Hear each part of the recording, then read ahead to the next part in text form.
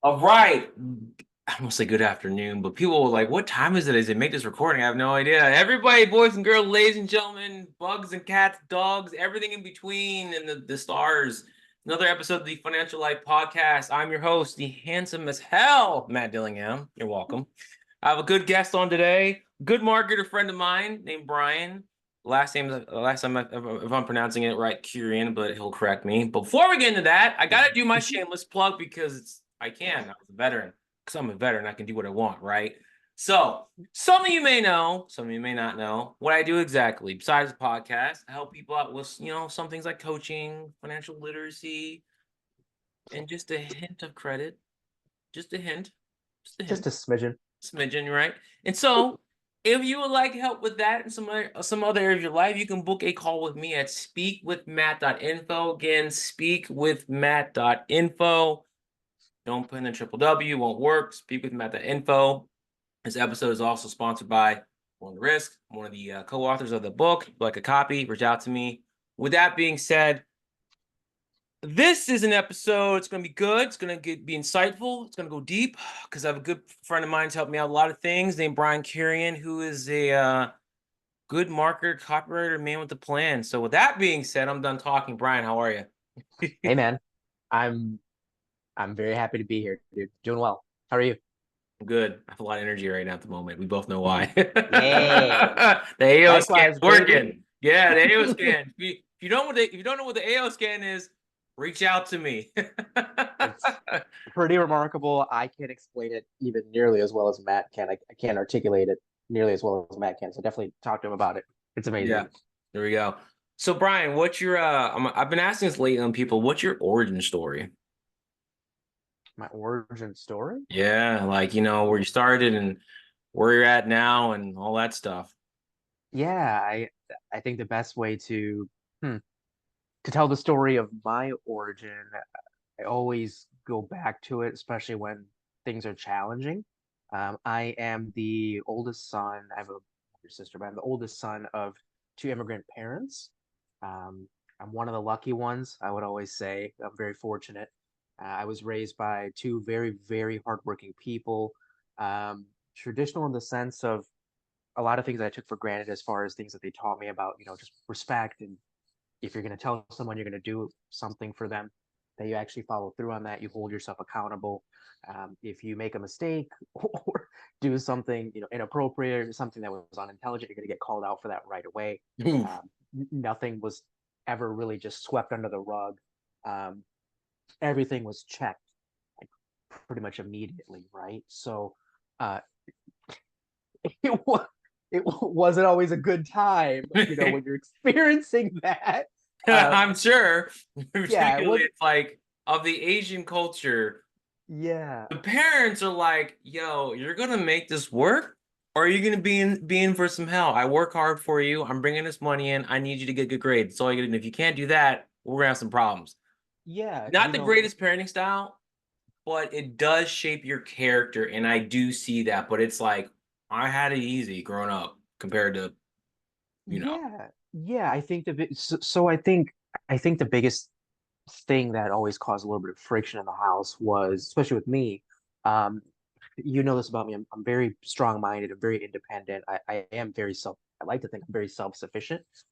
If there's ever something I want to go after or something I want to do, I I find a way to do it, even if I don't have a clue right this second how to achieve that goal, or I don't have a system in place or a plan in place. I'm very confident I can construct one. I can do the research. I can figure it out because that's been pretty much my whole childhood, my whole life, right? My dad was working. We were just talking about this a couple weeks ago when I spoke to him on the phone. My dad used to work like 80 to 90 hour weeks Whew, for 80 to most, 90 hour weeks. yeah, sometimes more. Oh, Um, yeah, man, for pretty much all of my childhood, if not the majority of it. So my dad and I didn't have a very good relationship, or a very under the traditional sense, in American culture of yeah. what, an outsider, when they would look in, or someone that didn't know our family very well, it wasn't like a lovey-dovey hugs and kisses. You're doing great, son. Here's a bunch of positive reinforcement. Let's go hang out. Let's do this. Let's do that. The standard. close relationship, because my dad worked so much and worked so damn hard to support our family, and he really, I mean, every single day the man was making sacrifices for us. When you're a kid, it's hard to appreciate that for what it is. Myself, along with pretty much every kid I know, they want to be able to have that time with their parents, and they want to be able to, hang out with them and talk to them about stuff and open up about things that they're dealing with in their own life that seem like colossal issues. Um, but the dad, I am a dad now, so the dad is, well, that's important. His highest priority is making sure his family's okay. So my dad and I had differentiating viewpoints on a lot of things as I was growing up.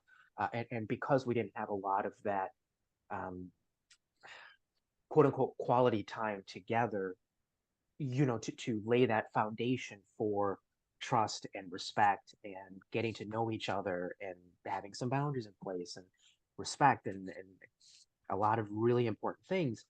It caused a lot of issues, for between me and him for a long time, unfortunately. With that being said, I'm really thankful for all of that because it made my dad and I a lot more resilient and patient with one another, especially as we got older. Now that I have my 4-year-old son, um, we have a lot more to talk about these days. And he loves being a grandpa. He loves being retired, and he's got a lot of cool things that he's doing now. But we can always reflect on how it used to be and what we're working towards now. And I think me and him are very, very different monsters these days. Yeah. Our head is in a completely different place, and yeah, we're a lot more tolerant and accepting and respectful and patient human beings, especially towards one another, which I'm very grateful for. Because I with all our parents, we don't know how much more time we have with them, so I'm thankful for where we're at now. And that's a big part of my origin story is the stuff that, my dad instilled in me and put me through. And my mom too, I don't think I would have worked as hard as I did to learn the skill sets that I have currently and being able to generate the kind of momentum that I have been able to generate in my business, if it wasn't for them and my upbringing. So I give them as much credit as I possibly can because I definitely didn't wake up being this person, or I didn't just flip a switch or snap my fingers and be the kind of person that you met when you started working with me. It's been a long cultivation. It's been a long time coming. A lot of Yeah. things that I've had to do to get to this point. Yeah, that time with parents is very interesting. When you're a kid, you're like, what? I don't understand. It makes no sense. It's not going to happen, whatever, because I see you every single day or you're around and all those things. And then you get older, especially in your teenage years, that's when you start to see, they're how they're not really perfect anymore. You're like, oh, wait, dad does this, mom does this. And you're like, wait a Yeah, minute. And you're like, oh, they're just people too at a certain point. Then you yeah, go through the rebellion phase, then you get older and you go, oh, I really appreciate you all. And you're right on that. I can relate to you on this when you have beef, I'd like to say, or conflict with one parent, like my mother and I had for a long time, and then like it kind of like comes, I don't know, it comes around the full circle where you're like, okay, you know what, let's be cool anymore. I mean, let's be cool now, and it's like cool, and it's better that way. It's just for whatever reason, it's parents got their own stuff to work through, and yeah. They're just they people, don't know how to work through it, and you see as one thing, and then you realize, oh, that was them, wasn't me, but you Yeah, care, and so yeah, it's definitely a ride. I can relate to you on that, and so my mom and I are better now as far as that goes. So I understand. Like, yeah, things are better. It's not like, oh my God, I love you. It's like we're good.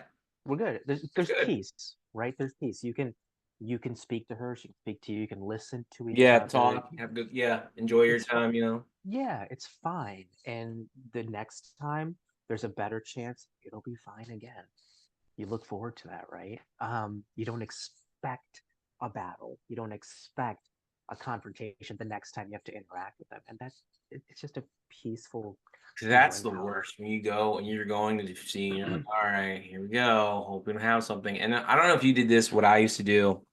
It's called emotional shadow boxing. Oh where yeah, of you're course. already having arguments in your head with the person and they're not even near you. They're so Yeah, far away and you're like yeah, gearing up. I've done that. It's like not healthy. It just yeah, shows you a lot of unresolved emotion that you need to let go. yeah. That's all it's doing. Or you walk into a room where they are, and that internal conversation starts playing.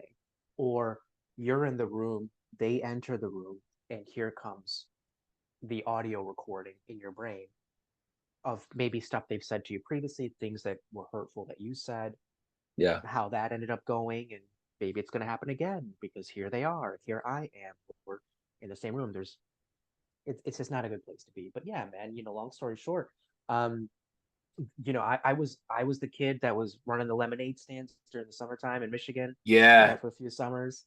I was a kid trading Pokemon cards at school. Pokemon cards. Take me back, man. Those things were like Yeah, those things yeah, people don't know. Like they're still around to this day, but I don't know if they must be still as popular. But those things were like, whoa, you got this and that, and I loved it. I loved it. I would my leftover Halloween candy. I'd trade that with my friends or sell it. Sell different packs of gum or candy for. trading was great. I'll trade this. Okay, cool, done. You're like, and you kept it. You got to keep that forever. Yeah, and I think the biggest thing. So a lot of people think, okay, a kid's being a kid, but for me it was very different, right? Because and I tell everybody this, it used to make me so happy, dude, when I would do chores for my neighbors for $1 or $5, and shovel their driveway, um, rake their leaves, whatever, just helping them out. That feeling of doing something useful for someone else, seeing how they respond to that, seeing them light up, that someone like you cared enough to help them solve this problem.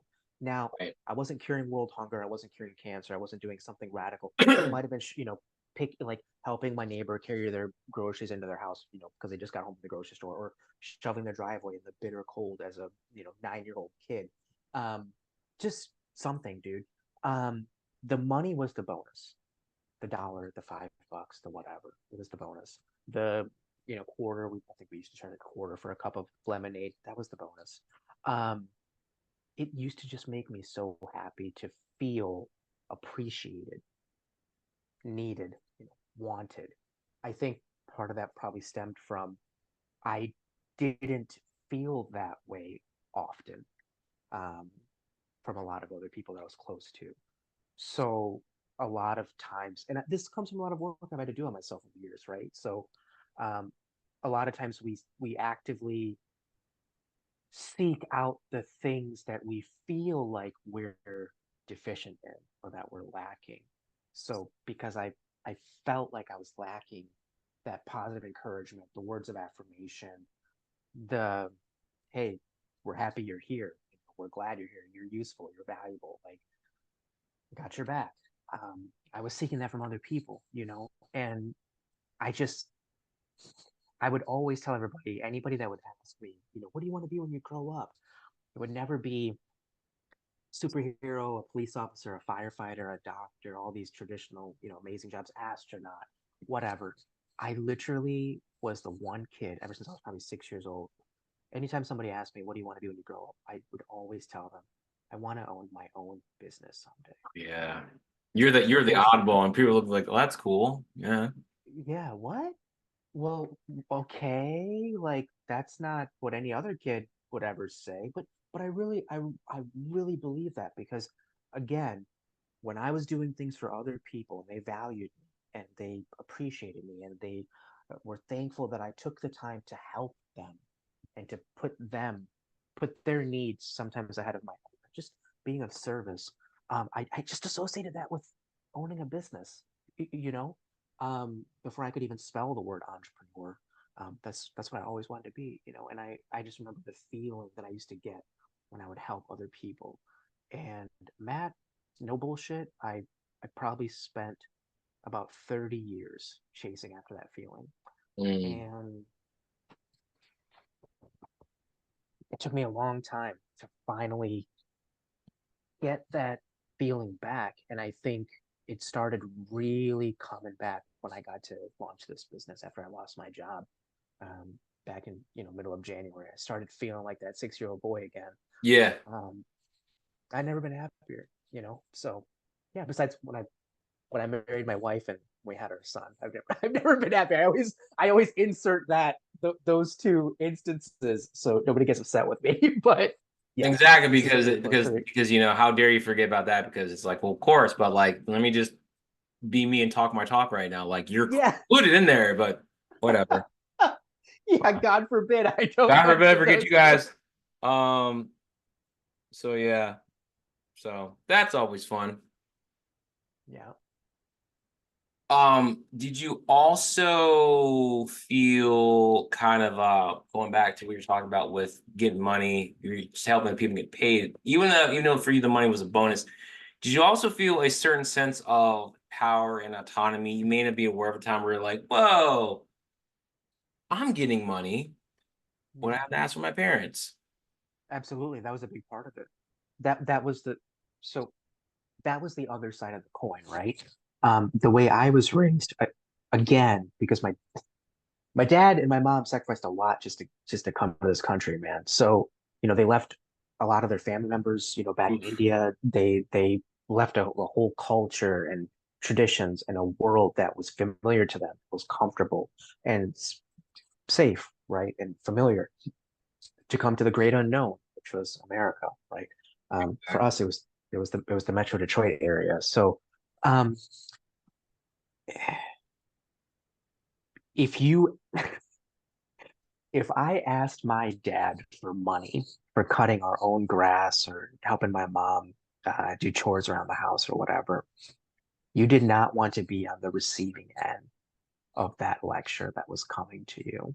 Mhm. Uh, you wouldn't get the money. B, he would remind you of certain things that he had to give up and do, and the way he's got to live his life. And these things that you're doing for me, Brian, are just this is part of you living here. It's part of you being in this family and being supportive of us being able to exist here and like being safe and taken care of. This is like the bare minimum of the expectations that I have for you. So no, I'm not going to go above and beyond and give you $5 for cutting the grass or $20 for doing this or $5 for doing this. Right. That's not like our culture. You're just meeting the expectations, dude. You're not going above and beyond, right? So there was one instance, I'll tell you this, because I remember it like it was yesterday. It's probably one of my core memories, um, and part of my origin story. Some of my friends, when I was in elementary school, they started getting really into street roller hockey, right? So they had their rollerblades and their cool hockey sticks, and they'd play right around the corner from my house. I feel like I'm there right now. But it looked like so much fun. But I didn't have rollerblades. I didn't have a hockey stick. I never played before, right? And I wanted to play, but I can't. I don't have the right stuff. Yep. So instead of asking my dad, because I knew how that would go, I started doing chores for the the really nice couple that lived across the street from us. The lady was so cool. I can still see her face. Um, I just was helping out with different stuff around the house, helping them organize things. And I was telling her, I'm hoping to save up a little bit of money to get a hockey stick and rollerblades so I can start playing street hockey with my friends.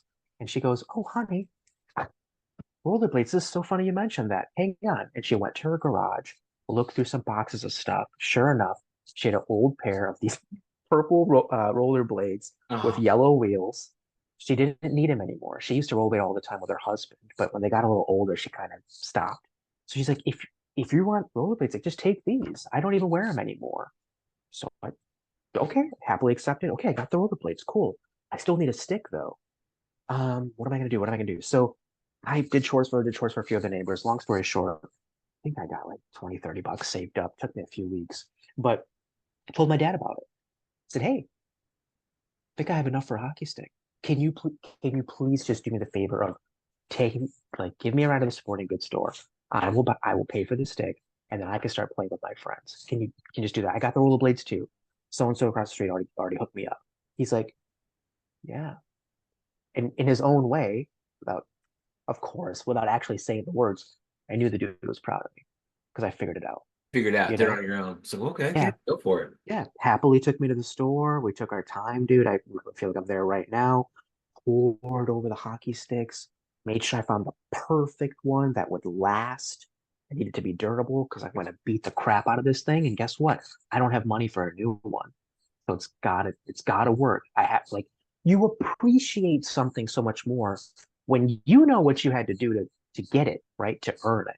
I do that every single day in this business. I have to earn it every day. And I'm that little kid again, just trying to earn it. I got my hockey stick. I started playing the next day. Dude, I never had so much fun in my life, right?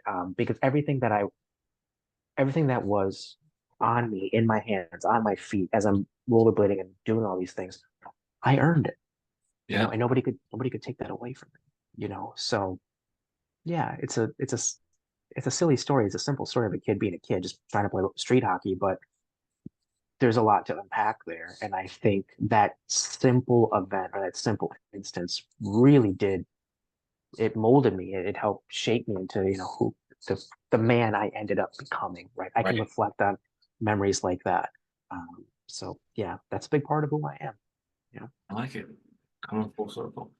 So Yeah. for those who don't know what it is you do now, like what do you do now in your Yeah. business? Yeah. So we do a lot at the moment. So some of the core things that we offer are copywriting and ghostwriting services, such as ghostwriting, keyword-rich blog posts, thought leadership articles that are keyword-rich, monthly newsletters. We can do email marketing campaigns. We can do a lot when it comes to copy, social media captions. So that's one side of the house, and I do a lot with copywriting coaching as well.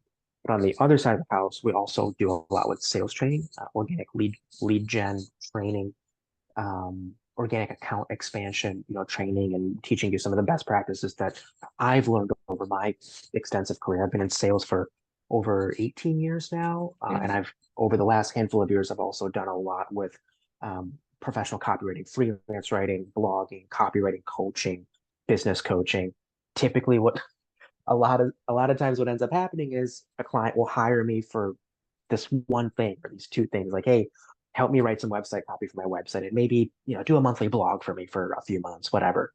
But then as I learn more and more about their business, just from working with them and building a relationship with them, it'll start turning into more of a business consulting relationship. So I end up doing a lot of like business advisorial work, business consulting, because I can look at other pieces of their sales strategy, their marketing strategy, what's going on in their business, and I can help fill a lot of gaps there because I've had to do that over my career when I used to work for other people, in sales and client success roles, marketing roles, copywriting roles, coaching roles. There's a lot of stacked in here and held on to, for all these years. So just because you hire me for one thing doesn't mean I can't end up helping with something else. Once we get to know each other, I can I can show you more of who I really am, and what I can bring to the table. But those are some of the things I do. Okay. Why would someone use ghostwriting? And what is that exactly? Yeah, So I've great. heard of it. I remember, and whenever I hear ghostwriting, I think of the TV show Ghostwriter from the 90s. Not Marvel, but the little ball that would like Yeah. write stuff, and it would be like, Ghostwriter, you're here. And we're like, dude, and I'm like, oh, it's kind of cool. And I'm like, you should bring it back again. Ghostwriter. I don't know how.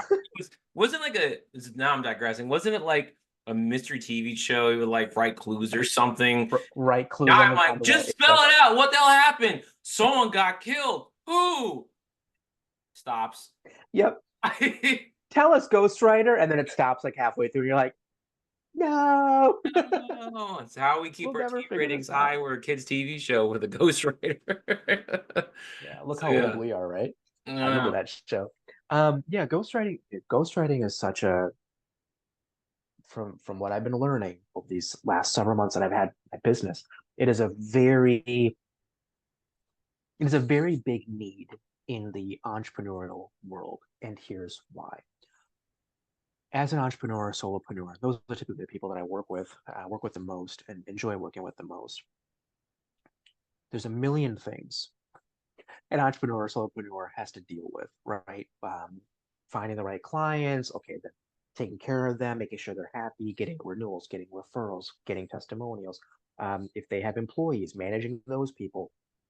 posting stuff on social media, responding to people, making sure they're telling the right story online. There's just so much to manage when you're only one person or a very, very small team of people.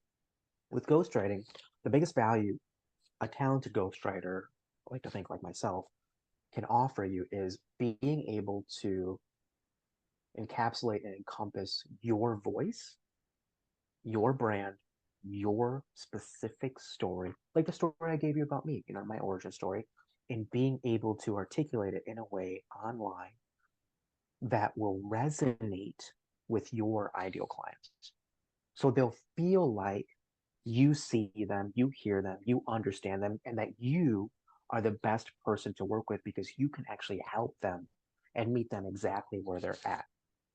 There's a lot to unpack there. I'm making it sound like it's really not that difficult or it's not a big deal, but this took me years to laser in on this skill set. It's not easy. It's extremely challenging. Just imagine. I'll use this example. Just imagine. Okay, fine. This happened to me. I'll give a relatable example, personal example. A couple of weeks ago, a lady found me on Thumbtack, really nice lady. Her name is Nancy. She has a very important keynote speech coming up. I think now it's going to be in a few weeks. She asked if I could help ghostwrite a speech for her Hmm. that she can give for this keynote, right? It's a 10-minute long speaking slot that she has available. And she said, here's the few topics that I really want to make sure I cover in the speech. It was my first time meeting her. It's her first time meeting me. As a ghostwriter, my job is to literally, it's almost like I'm playing a role in a movie. That's how I envision it because that's fun for me. Um, I have to play a character. So now I have to become Nancy. Mm. I have to imagine that I'm sitting at Nancy's dinner table with her son, right? Then when she goes to work at the hospital that she works at, I'm her. So how does she interact with her coworkers? Where is her head at? What kind of issues does she deal with all day long that are just a part of her job, her everyday life? When her son goes to soccer practice, what does that feel like? I got to be in the car with her, driving her kid to soccer practice. I got to watch him play soccer, score Yeah. his goal, get slide tackle and all this other stuff. I literally have to be her. But up until 30 minutes before a phone call, up until 30 minutes prior, she didn't even know I existed. I didn't know she existed. Now I have to write a speech as if I am her so Mm. that she can deliver it and get her point across. It's incredibly challenging, right? Just imagine having to do that for somebody. Um, I'll get to the end. She loved the speech I wrote for her. She helped a little bit. She helped fill in some personal anecdotes that I obviously wouldn't have known because I'm not her. So she put in a little bits and pieces of data for me to use. But she loved the speech, said I did a terrific job. I finished the speech, I think 2 or 3 weeks ahead of the deadline that we agreed upon. She's already going to be talking to me later today, actually, 4:30 today, about another speech she has coming up in October. It's a 30-minute speech, totally different event. She trusts me to help her with this one too, because I did so good on the last one. That's what a talented ghostwriter can do for you. And I don't even know how long it would have taken her to write that first speech, Yeah. but she didn't have to because I took that off of her plate so she could focus on her job, her kid, her other, Lord knows how many responsibilities. She's a single mom. So Lord knows how many other responsibilities she has. This 30-minute speech, same thing. It might take her weeks if she had to do it all by herself. Whereas I can do it in a fraction of the time because it's what I do. It's one of my zone of geniuses. Yeah, because So or one of my zone of you're good genius. at that. So I don't remember you're good at like copywriting because you've written stuff for me. I'm like, I like that. I think I would say that. Yeah, you get in people's minds. You're like, yeah, you sound like I Matt. have to. I have to be them. I have to play the character that they play every day in their own show, their own movie, which is their life. Even though I'm not them. And even when I first met you, I have to quickly do my assessment. Okay, here's how he acts. Here's some of the things I've heard him say. I'm going to laser in on that. Right. Listen for those key points. Listen for those key takeaways. And then I have to build that story around you because it's not my brand. It's not my um, personal, financial life coaching business. It's yours. It's your show. So I have to let you be the star, but I got to write the script. It's very Yeah. difficult. It's very challenging, but I I love it because it is so challenging. And if you can get good at that skill set, my God, man, like you'll always be wanted. You'll always someone will always give you the rollerblades and their hockey stick because they'll want you to play on their team. I need you to Because copyright for me. Give him the here's a hockey stick. Here's the rollerblades.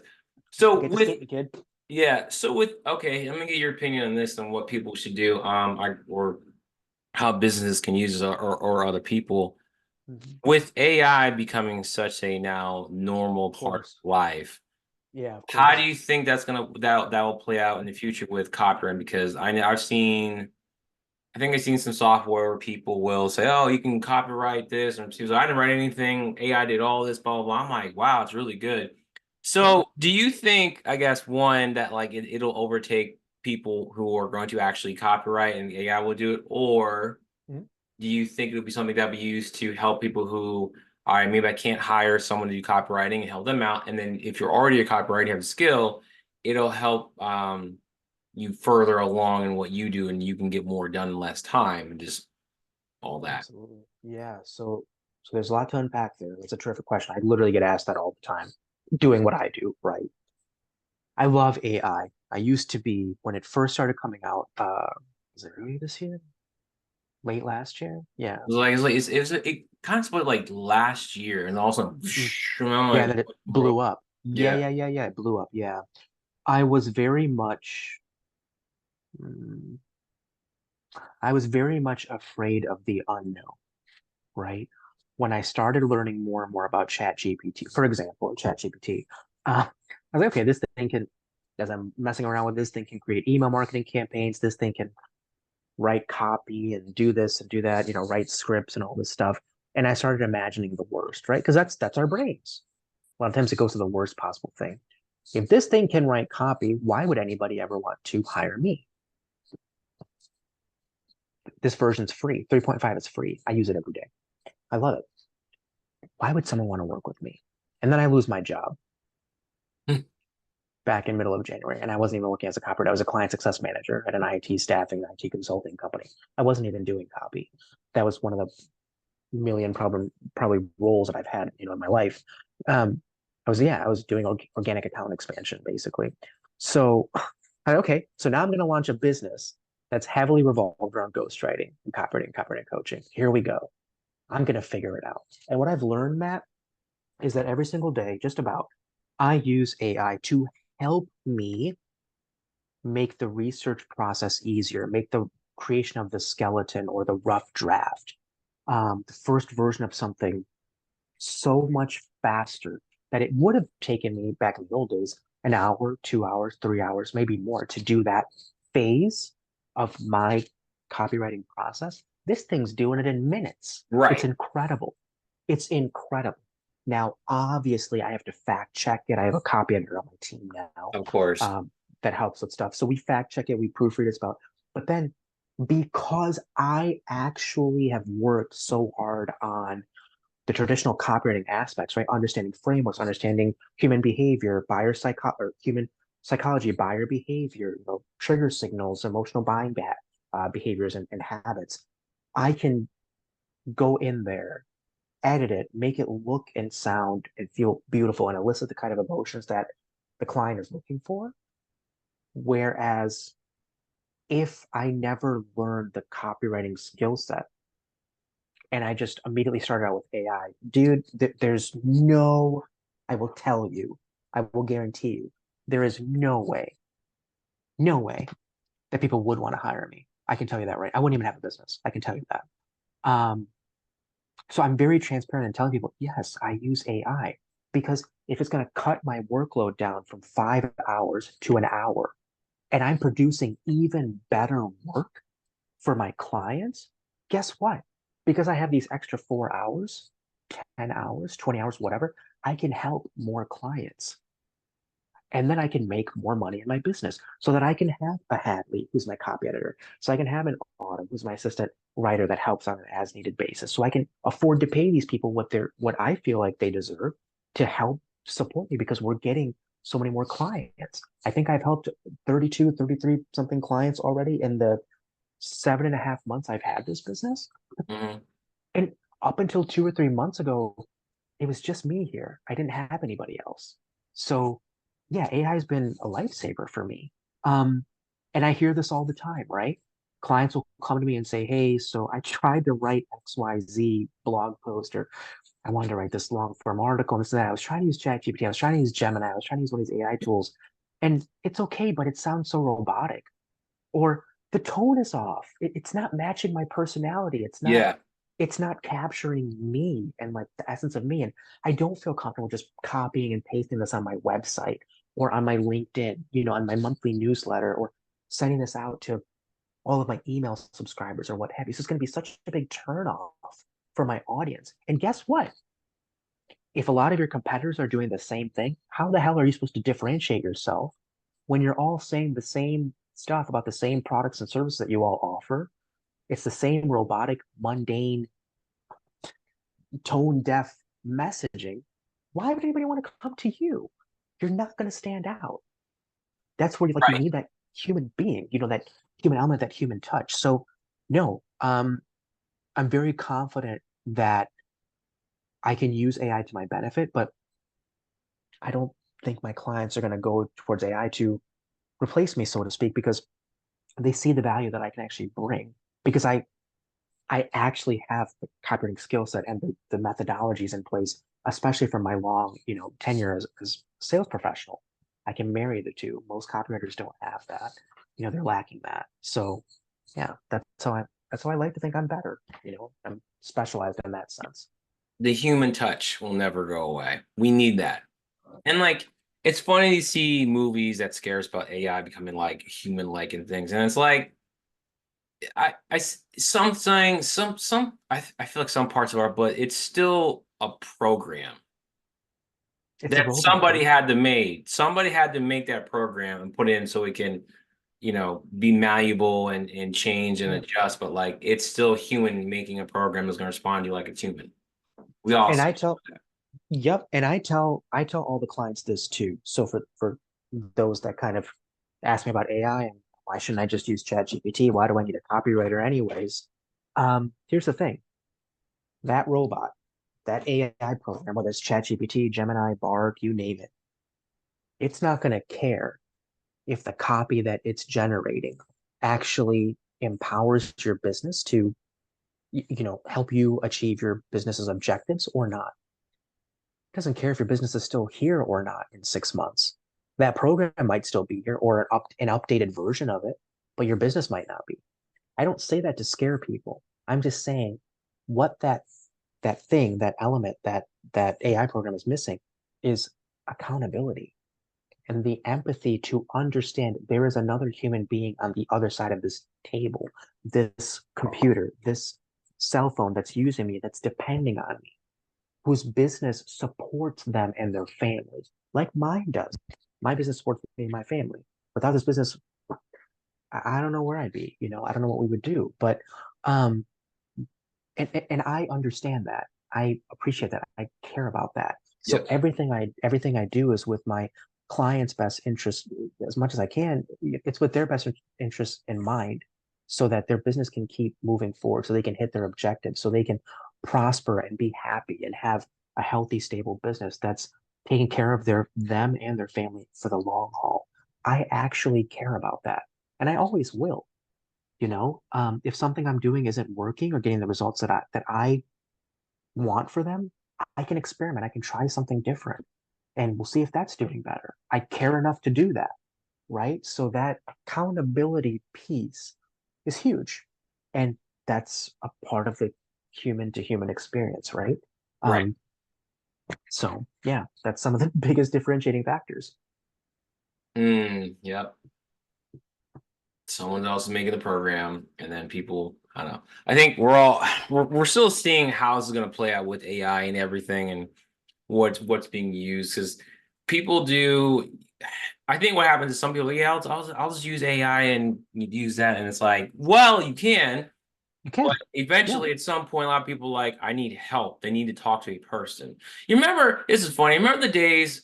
Now, or not remember the days, but you know how people get annoyed when you want to talk to someone on the phone now? Press one for this, two for that. Like literally, it's like we need that human. They're trying to make it more automated. But it's like, I want to talk to someone.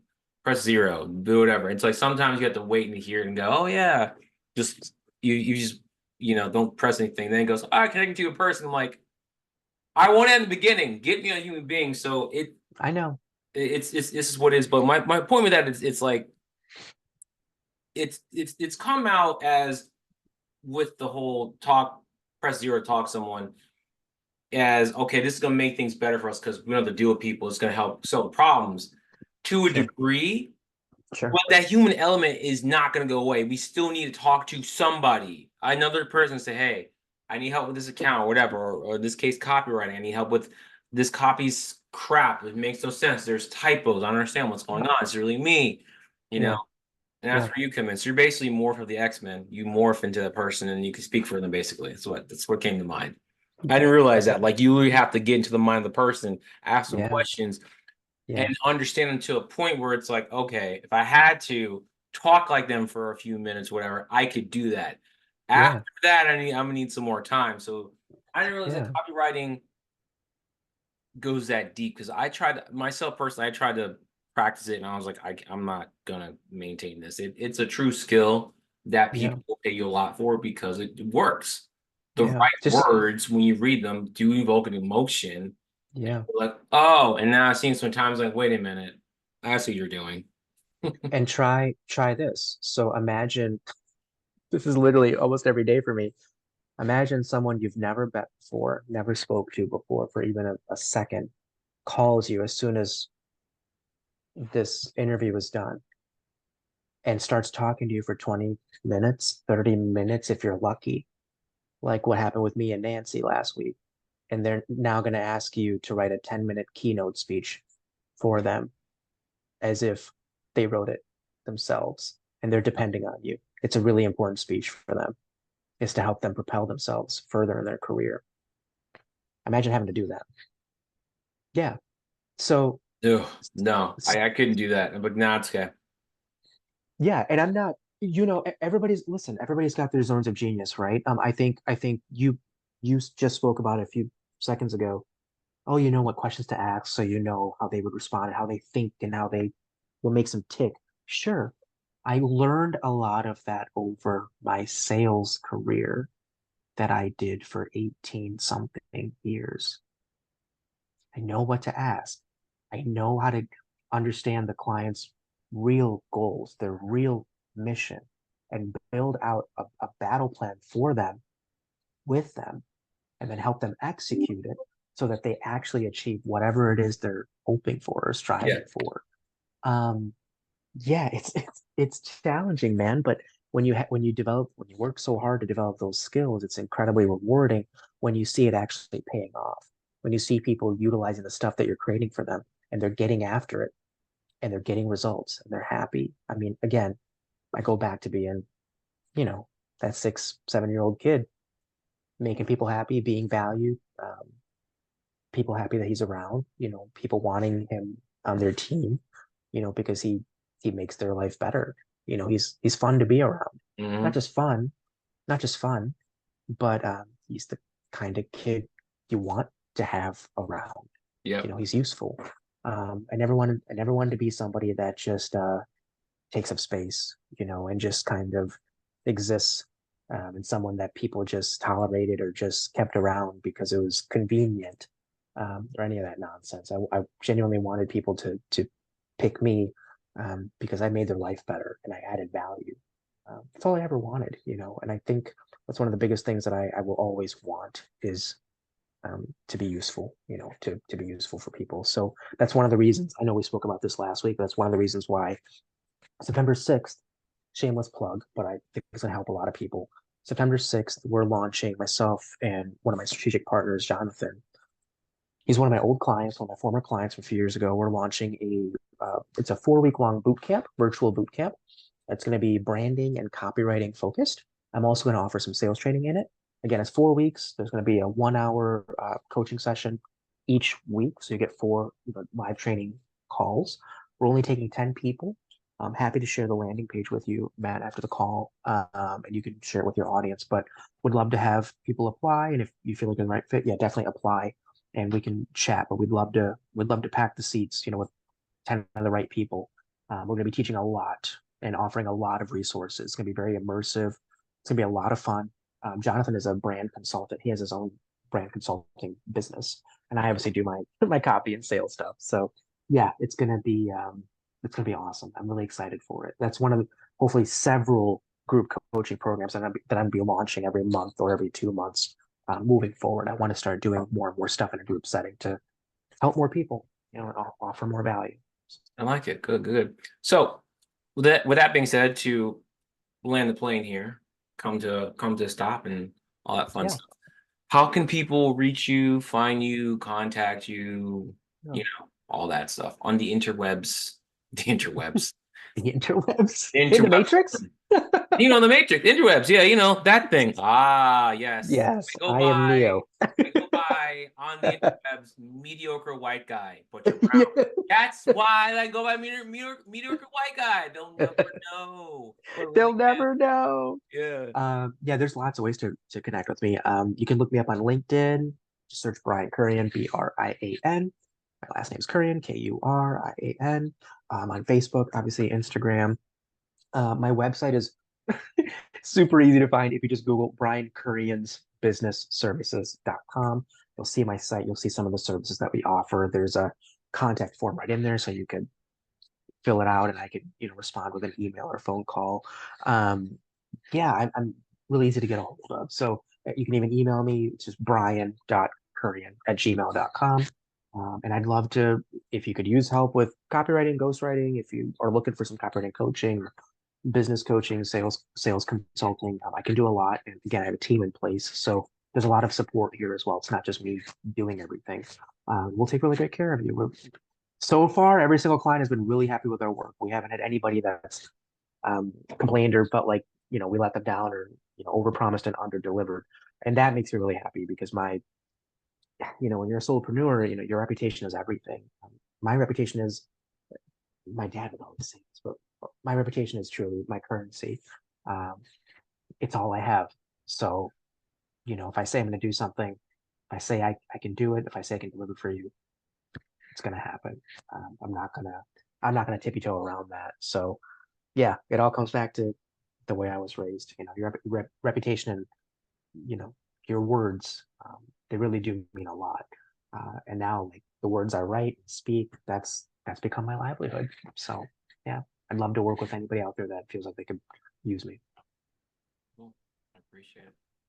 Awesome. Yes, Brian is good. He knows what he's doing. Client of his hired him, and it gave me some much needed direction at the time, and also get specific to who I was speaking to, and also as well help me to uncover, not uncover, but think of other ways that I could bring in more business with what I do Hmm. with other people who also do what I do as well. I was like, I didn't think about that. And you're like, I said that before. And I was like, you did, didn't you? I'm like, you're like, yeah, you did. I'm like, Hmm. oh, that would make sense. So because of you, Brian, I can say is now, because of you saying, hey, if someone else is credit repair, you do life coaching, you can partner with them. I did that. And now I'm part of, like, I don't know how it came about, like a little group we have on Facebook, Yeah, other yeah. people doing credit repair and a mastermind, and we met up, I've done recodes with them, and we're helping each other There you out. I go. got accountability partner. I'm like, wow, Brian was There you right. go. So one of them There you go. actually, I'm just watching his cat. We're actually working on a webinar where we're going to talk about credit and like money blocks and There things. you go. Yeah, and I'm Yeah. like, so but here's the thing, I credit you, Brian, is because you hadn't said that, I wouldn't have this extra like little group. Yeah. Yeah. I think thank you. Thank you for telling me that. It makes me really happy. Um I think community is everything, man. The way I was raised, back in my old neighborhood, if it wasn't for all my friends that lived in the neighborhood and all the neighbors that we had, a lot of the people were immigrants, just like my parents. And the kids were first generation, just like me and my sister, or the kids came to America when they were really, really young. So we really, truly, it was a special place because we really looked out for each other, supported each other. We had each other's back. It was a very safe place. I could go to any of these people's houses and play or spend the night or whatever. And never had to worry about anything. Our home was their home too. Um, If you don't have that, I know a lot of people don't have that these days, but if you don't have a community where people are supporting you and cheering for you and giving you ideas and helping you execute them and holding you accountable. You said you have an accountability partner. It's huge. Um, it's a it's a much more difficult journey, I think, than it needs to be. Um, it sure is a lot more lonely. Uh, so that's why I preach the whole, finding strategic partners, building out your network, making the right friends, even the right connections, and doing for others what you hope, they can do for you too. Really Yeah. building a community it's been a game changer for me. It's changed my whole life. So I'm happy to see you're doing that. And obviously I wish you nothing but success. I'm sure you'll get it. You deserve it. Just keep working hard, man. Keep staying on the path. I You're can doing do some it. really great work. It's very, very much needed work. There's a lot of people out there that can use your help, with the credit repair, financial literacy, and financial life coaching and stuff. And you're terrific at it. So Thank yeah, you. wish Thank you. wish you nothing but the best. Awesome. With that being said, man, thanks for coming on. We're Yeah, ending dude. today. Yep. I'll be back on next and some more copywriting tips and other things too a business can use and what they should learn, just to help them out with more marketing in person things. So you taught me some other stuff too about, hey, when you go to in person, you should do X, Y, and Z and do this and show up and I won't say anything to keep you to come back for the next episode as well. There you Yeah. go. Strategic follow-up is the umbrella that falls under some of the things you just mentioned. Having a strategic follow-up plan in place. Yeah. Yeah. All right, John. I appreciate everybody that was listening. Hopefully this was valuable to you. And yeah, just ping me if I can help you. We'll do. Awesome. Thanks for All being right. on, man. Thanks. Bye.